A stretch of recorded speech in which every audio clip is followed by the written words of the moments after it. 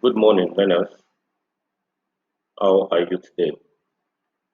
I welcome you to this class.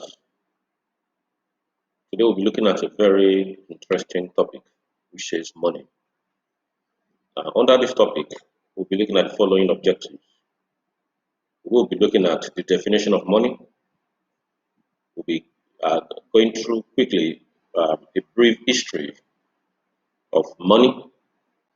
We'll be looking at the characteristics of money, and then we'll also be looking at the function of money.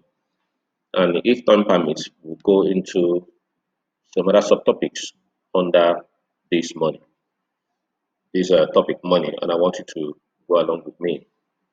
And there are some quotes that we've had before.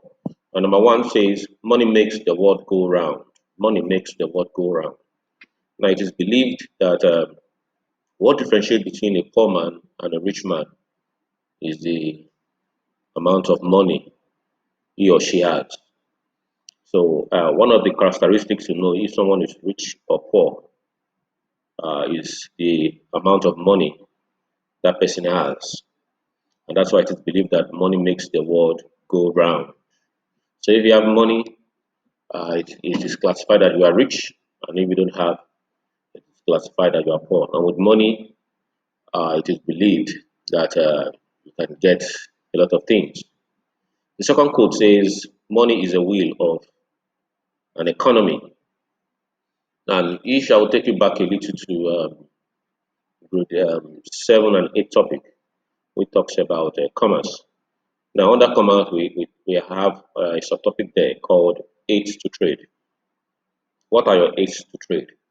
Aids to trade are services that facilitates or aid movement of goods from the manufacturer to the final consumer.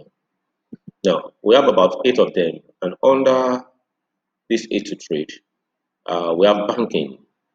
I won't talk about banking, we're talking about money. And a bank is an institution that make money available to businessmen and women. And that's why it is believed that money is the wheel of an economy. If a company or a home or an economy runs short of money, then we believe that that economy or that business has liquidated, meaning it has run out short, it has run short of money. And as you know, the function of a wheel, without money, the economy of a country cannot move forward. The economy will be stagnant. And that is what differentiates developed nation of the world from developing nation of the world because of access to not just the number amount of money they have, but the value of money they have. And it's also believed that in some quarters, they believe that no money, no love. Yes, they believe money can buy love. And if you have enough money, then there's people will fall in love with you. So what am I saying all this? Just to tell you uh, the position of the world altogether when it comes to money.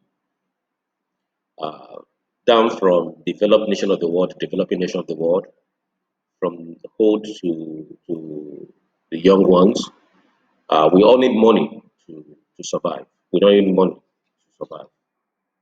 That is why, looking at some of these questions, what will happen to the world if there's no money? Starting from you as an individual, if you don't have money, what happens to you? Even as me, as an individual, I'll not be mobile, I'll be sad, I'll be down, and the reason why I wake up early in the morning to go to work is because of money. Yes, because of money. So you can imagine what will happen in the world if there's no money. So many people who have no reason to get up early in the morning to go to work because what are they working for? A lot of people are working for money, not for their purpose, no, nothing like that. They are working for money. So that's why we can overemphasize the importance of money. You see, even in churches nowadays, people pray for money. Uh, Almost 70% of prayers here in church today is blessing. So everyone prays for money, money, money, money. Even at home, sometimes when you see daddy counting money, mommy is always very happy. because it is believed that once money roll into daddy's hand, daddy is always happy, and once mommy see money in the hand of daddy, mommy is always happy as well, because mommy believes that the needs of the family will be met. And that is why you agree with me that money is very important. Money is very important. At it is important to an individual. It's also important to a family. It is important to business. It is important to the economy of the country. And the last question there: what is the difference between money and wealth? Of course, for some, they will tell you there's no difference. With money, you can accumulate wealth. With money, you can accumulate wealth. Okay. So, as I've said, we'll be looking at some subtopics under this. And before we go on into money per se, we're looking at the topic trade by barter. It's called the barter system. Now, before money was introduced, the barter system was introduced, and as you can see in the picture there, from there you can guess the meaning of the barter system. You can guess the meaning of the barter system. So barter system was the system that was used before the introduction of money into the economy. So what is the barter system? So barter system means people exchanging goods for goods or exchanging services for services. So people exchange goods and services for exchange of goods and services. So many people exchange goods and services for goods and services. During barter system, record keeping was not necessary. So during the barter system, nothing like record keeping, because you only keep record when money is involved. So nothing like accounting, nothing like bookkeeping, okay? Because we don't need that, because goods are exchanged for goods. It was used long before when money was used. Okay, it was used long before when money was introduced into uh, the economy. So barter system means trade by exchange of commodities rather than by the use of money. Okay, so it means you exchange commodities for commodities. Okay, not money. Money was not involved. So you can see services is exchanged for services, while fish here is exchanged for grain. Okay, so you're exchanging your service for another service. You're exchanging your product for another product because money was not in use. So the barter system was used in the olden days before the introduction of money. Before the introduction of money, the barter system was used. But there were a lot of problems with this barter system, a lot of issues with the barter system. Okay, it is called the difficulties of barter system. Difficulties of barter system. So barter system involve various difficulties and inconveniences, which are number one, double coincidence of want. Double coincidence of want. So, what is the meaning of that? It means if you want an item, for example, I want, I have meat and I want fish. So, for there to be double coincidence of want, meaning I have to look for someone that has fish and wants my meat, which is very, very difficult. I'll say that again. It means I have to look for someone that wants my meat, okay, and have fish. It is possible for someone to have fish, but does not want to exchange it for meat. Okay, so that's why it's a problem. Double coincidence of want is a problem. Looking for someone that have uh, fish and I want my meat. The second problem is the absence of common measurement of value. So how do you measure? Okay, how many pounds of meat of cow will I exchange for how many basket of fish? Which is a problem. So the second problem or the second difficulty during the barter system is measurement, common measurement. So there's no agreed measurement, no agreed measurement. Imagine I want to exchange my cow for bag of rice. There will always be issues. How many bag of rice will I exchange for my big cow? Is it one? Is it two? Is it three? It's always a problem. So, first, double coincidence of want. Second, the problem of measurement. Three, lack of divisibility. It's very, it's not all that possible for me to divide my cow into various parts in order to be exchanging it for any other product I want. Okay, so there's always a problem of divisibility. Unlike we have money now where we have different NERA notes. Okay, so depending on what I want to buy. But in those days, not unlike divisibility, you can't divide uh, your um, your meat, your cow, into different parts to exchange. Okay, how will you go about it is always a problem.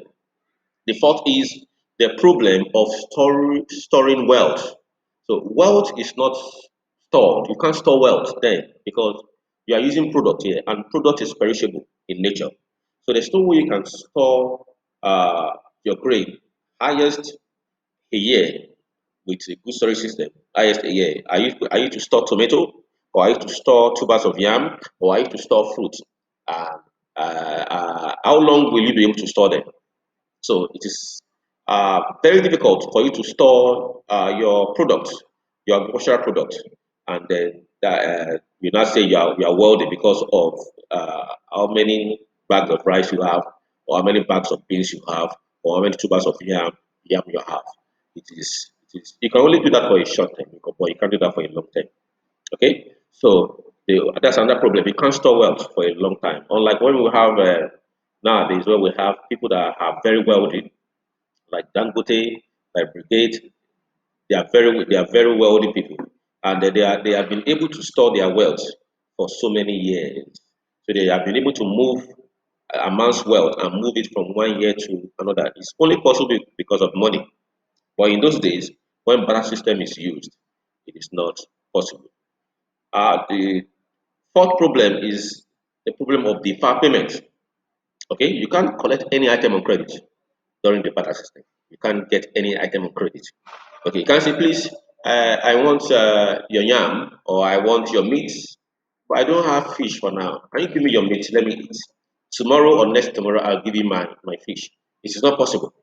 So there's nothing like defer payment, nothing like buying things on credit because money is not used now. You are exchanging goods for goods, and you are exchanging services for services. So this system does not encourage uh, defer payment.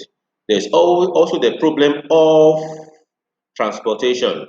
So meaning I have to move my goods, my cow from one place to another place until I get someone that wants my cow and have what I want. So it's always a problem of moving goods from one location to another until you get someone that have what you want and also want what you have.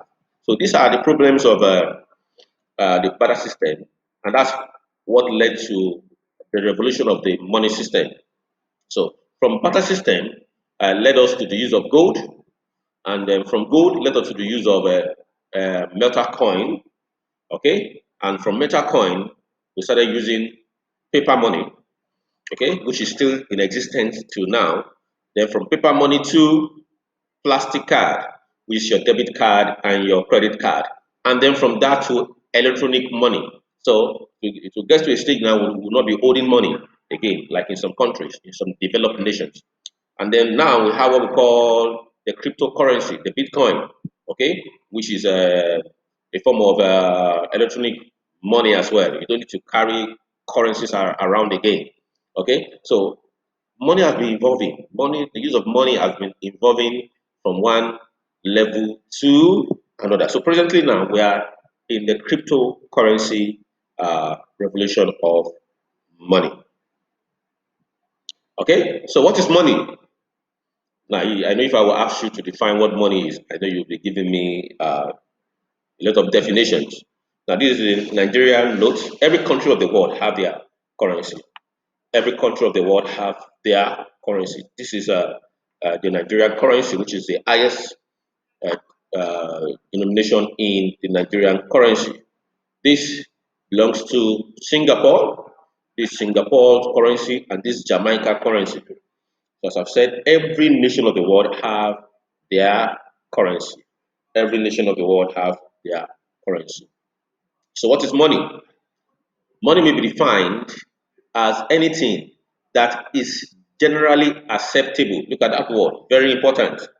Money is anything that is generally acceptable as a medium of exchange of goods and services and as a means of settling debt.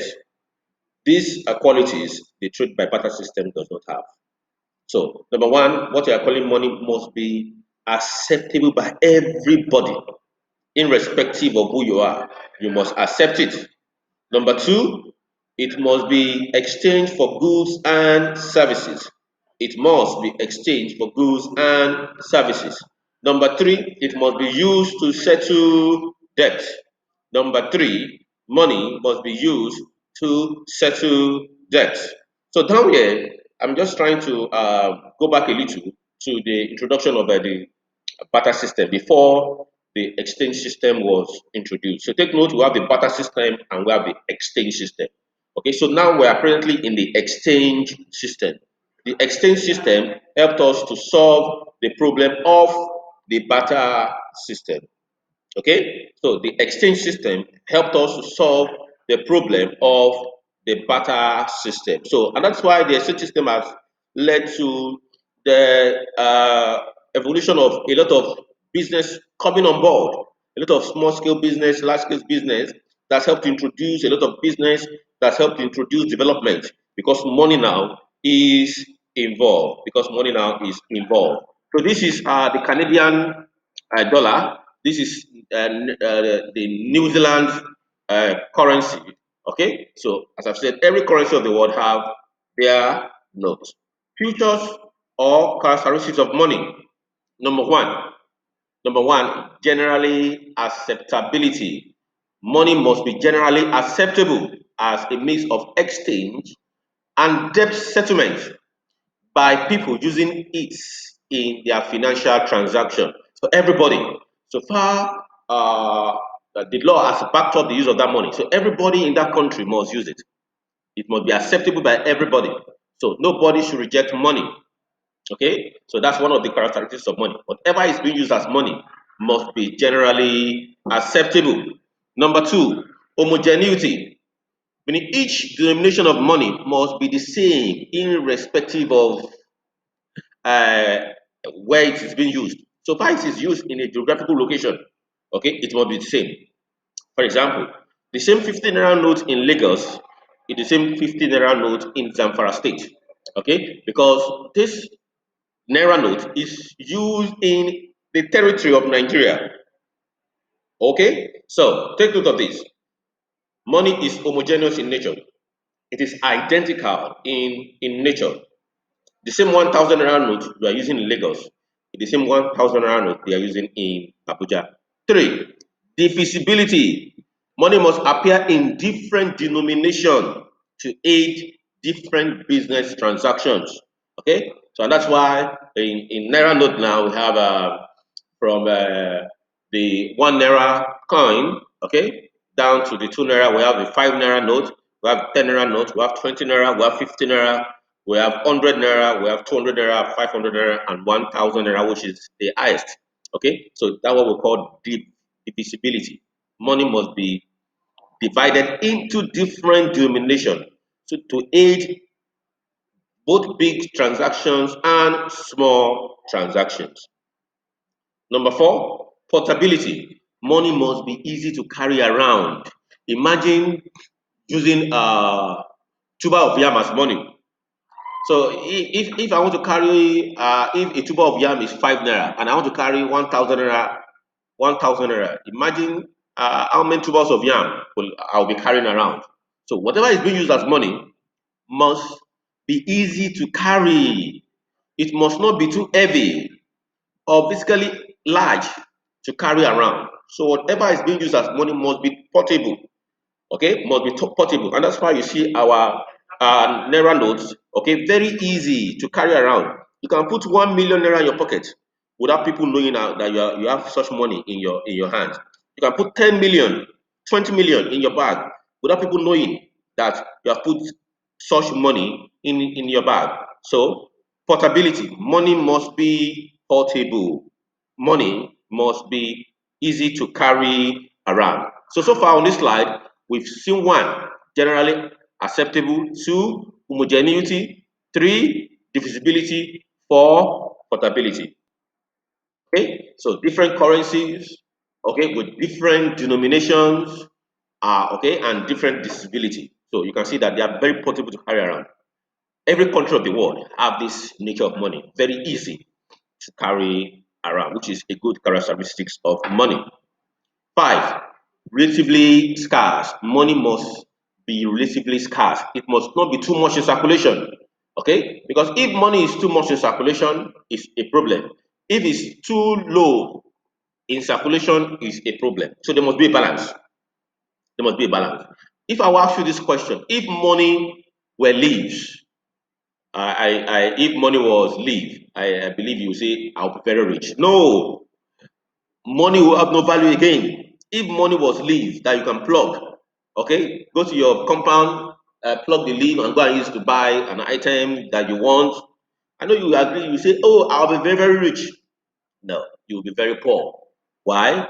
Because it goes against one of the characteristics of money, which means that money must be relatively scarce. Whatever is scarce will have value. And that is why in the olden days, items that were used as money before the introduction of paper money were relatively scarce. In the olden days, we have what we call commodity money, which we'll be looking at soon. Okay, they use cowries, they use the teeth of lion, the teeth of shark as money. Those items were relatively scarce. They were difficult to get. Hence, it has value. Okay, so whatever you are using as money must be relatively scarce. If it's too available, it will make the value of the money to be low. It will weaken the value, which will make it less reliable as a means of exchange and settling debt. And that is why you see, if a country is experiencing poverty, uh, the solution is not for the central bank of that money to go and print more money. If they do that, it will only weaken the value of the money, of the currency. It will weaken the value of the country's currency. Okay, so that's not the solution. Zimbabwe did it some years ago and they paid dearly for it. They were in a big mess, and the president then, Mugabe, asked them to be printing more money. And as they were printing more money, to the extent that a note was 1 zillion Zimbabwe dollar. Just a note was 1 zillion Zimbabwe dollar. It was as bad as that. That even the 1 zillion Zimbabwe dollar was not able to buy a tissue paper. It was not able to buy toilet roll. So they recorded a high level of inflation. And that's what it leads to. If you have too much money in circulation, it leads to what we call inflation. And once there's inflation, the value of your currency will reduce. So take note, whatever you are using as money must be reasonably scarce. Six, durability. Money must be durable enough and must not be subjected to easy damage. Okay, no matter the pressure you put on your money, sometimes I wash my money, my wife wash my money with my clothes, and I'll still bring it out good and fine. Sometimes you mistakenly iron your money and you bring it out good and fine. So whatever is being used as money must be able to last long for years, unlike the barter system where food item was used as money and they could not last for a long time. Hence, they could not be used to store wealth. Okay, but whatever is being used as money must be able to be used to store wealth. Hence, it must be durable in nature. It must be durable in nature. So it must be able to stand pressure. Remember that the money we are using currency in our country, Nigeria, okay, it moves from one hand to another, from one hand to another.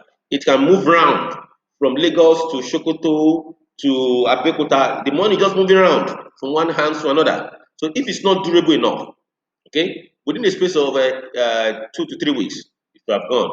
Okay, and that's why you see nations of the world spend a lot of money to make sure that the money they are printing is durable. So they involve a lot of cost in printing out this money to make sure that they are durable in nature, okay, and they are secured. That will take me to number 7. Non-counterfeitable. So whatever you are using as money, okay, must be secured.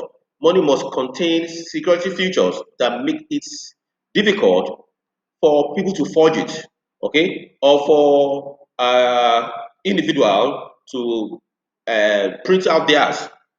Okay, so from the NERA note down to the dollar note down to the Canadian dollar have high level of security in them.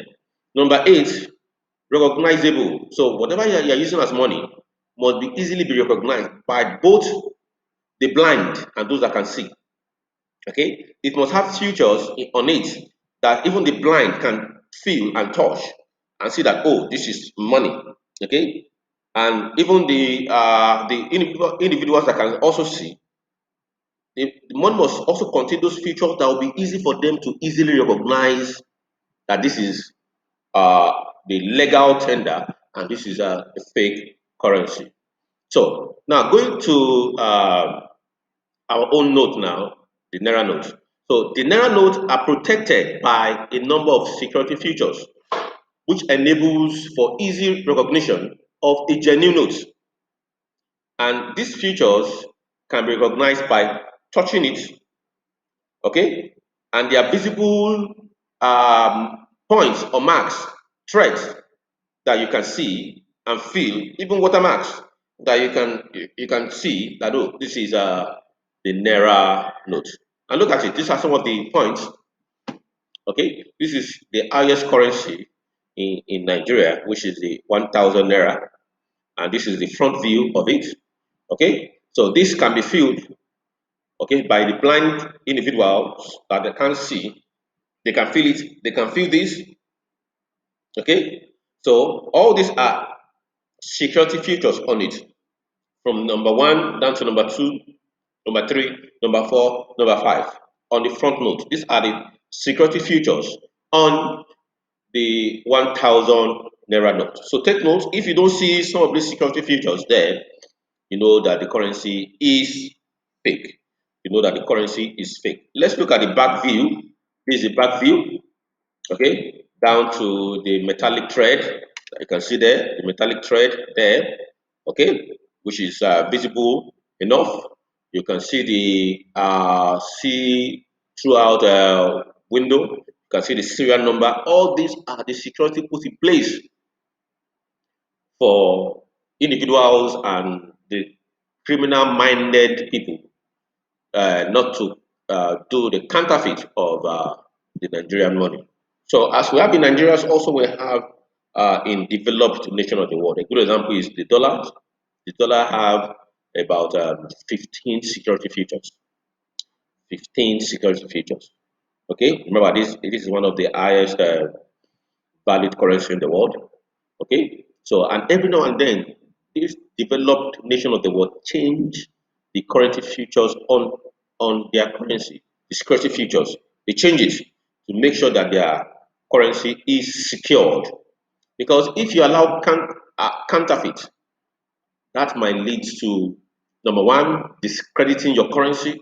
Number two, making some people rich overnight without working for it. Number three, it leads to inflation because those individuals will be pumping more of this into the current into the circular flow of income, which will increase the number of money in circulation, and that will lead to the devaluation of the country currency. That is why you see nations of the world do everything in their power to secure their currency, put a lot of security features on it to make sure that it cannot be easily be forged by those that have criminal minds.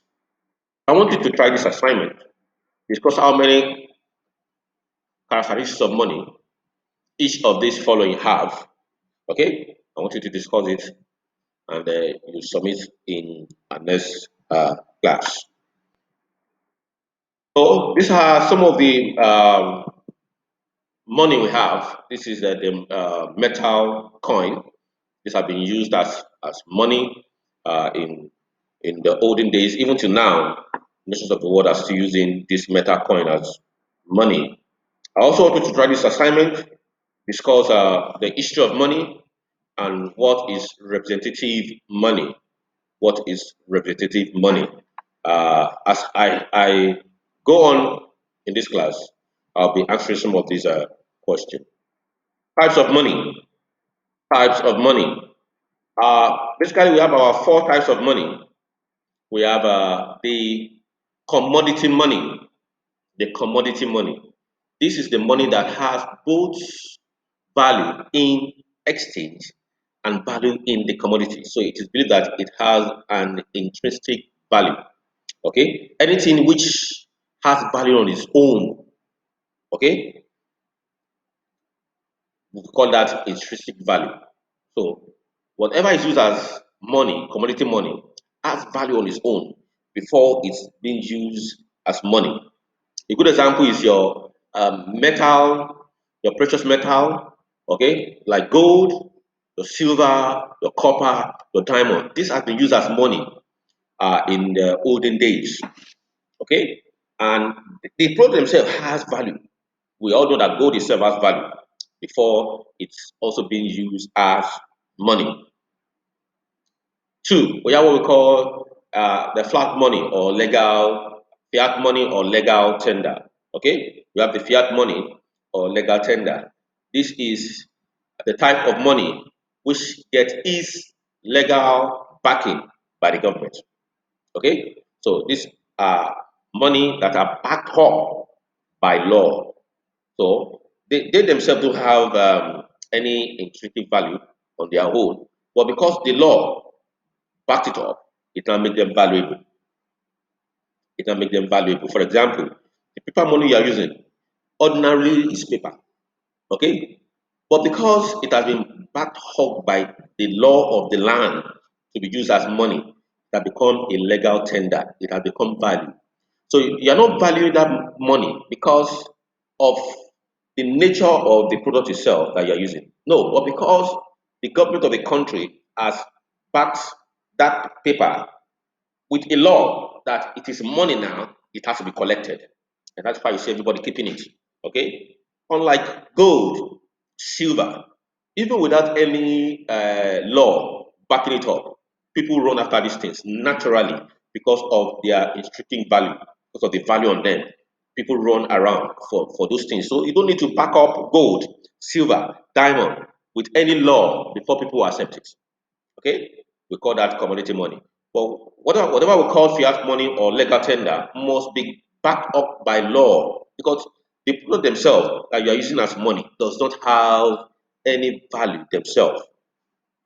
So we have a good example as your paper money and your coins. So it is declared by the government as legal tender. By law, fiat money will be accepted when presented for payment and government determine its value.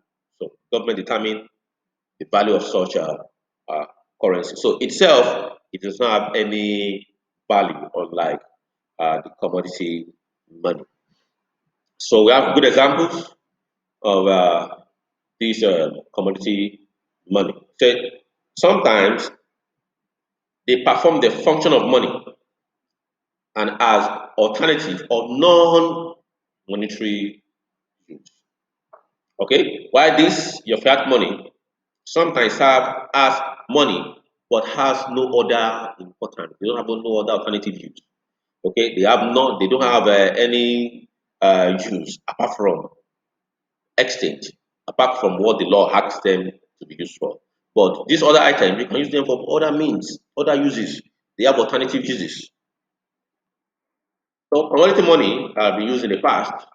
Your gold, your silver, your copper, shell, cattle, candy, name it. All these have been used as money in the olden days. That's your raw gold. That's how it looks like. You don't have an idea of how it looks like. Your cowries and your shells have been used as money in the olden days. But these items are very scarce to get as well. You have to be a swimmer to be able to go under the sea to get them. So they've been used as money in the olden days as well. We have salt. Okay, yeah, it can also be used as money in the olden days. If you have watched this film, a Korean film called Jumo, salt was used there as a means of exchange. A means of exchange. Okay, so it's also a form of a commodity money. We have your legal tender, which is your fiat money now. This is a Nigerian legal tender. Okay, these are ordinary paper, but because of the law backing it up, it has to be acceptable by everyone. Not because of the worth of these paper itself, okay, but because the law says use it. Okay, so it has been backed up by law, and that's what we call it the legal tender. Now, this is the currency now the world is using now, which we call the cryptocurrency. It's also part of the fiat currency. Okay, the cryptocurrency, because the law is also guiding this. Okay, the law is also guiding, though it's not all that invoked now, but I believe in the next 5 to 10 years, uh, it will be generally be acceptable, unlike the legal tender, your paper uh, currency. Okay, so this is how your Bitcoin looks like. But it's an electronic money. It's an electronic money. So the other types of money uh, we have is the fiducious money or currency. Now, this refers to your banknote or currency in circulation. Okay, it is a means of exchange backed up by trust. So this is a form of money you use. Okay, not backed up by law, but it is backed up by trust you have in that person. Okay, so this money you use it in your day-to-day transaction, but it's not backed up by law, but backed up by trust. Okay, so a good example is this: if I issue check to you, check is not a legal tender. Okay, it's not something that by law it must be collected by everybody. No, okay, no. But you are issuing that check by trust that the person you are collecting that check from, okay, will is doing the right thing, and that when you present it to the bank will give you the money, which is one of the common means of exchange now. So it is called the fiducious money, okay, or the fiducious currency. Okay, these are NERA notes or a means of exchange that is backed up not by law but by trust. Four, we have the commercial bank notes or the demand deposit. These are deposits you have in your commercial banks. Okay, so this is a claim against a financial institution that can be used to purchase goods and services. A demand deposit account is an account from which fund can be withdrawn at any time by check or cash without giving the financial institution any advance notice. As I've said, this is your money you have in your bank account with your commercial banks, be it uh, your Zenith Bank uh, or your First Bank. I know under this bank you have different accounts. You have the savings account, you have the current account. Okay, so you can go to any of these banks and deposit your money there. So once you deposit your money in this bank, it is called demand deposit account or your commercial bank notes. You can go there anytime without even informing them that you want to withdraw your money, and they'll give it to you. Okay, so that's another form of money. That's another form of money. So take note, I took my time to differentiate between the fiducious money and the fiat money. Now, the fiat money is backed up by the government, as I've said earlier, while the fiducious money is backed up by trust between the payer and the payee. So that's a good difference between the two of them. You can make more research yourself to get some other differences between them. So this is your commercial bank deposit. This is your commercial bank deposit. So if you have money with any of the commercial banks, automatically you are what we call commercial bank deposit or your demand deposit account. You can go there anytime to withdraw the money. So in our next class, we'll be looking at function of money. In our next class, we'll be looking at function of money. So I'll be doing a video on this, which you'll be watching in our next class. Thank you very much.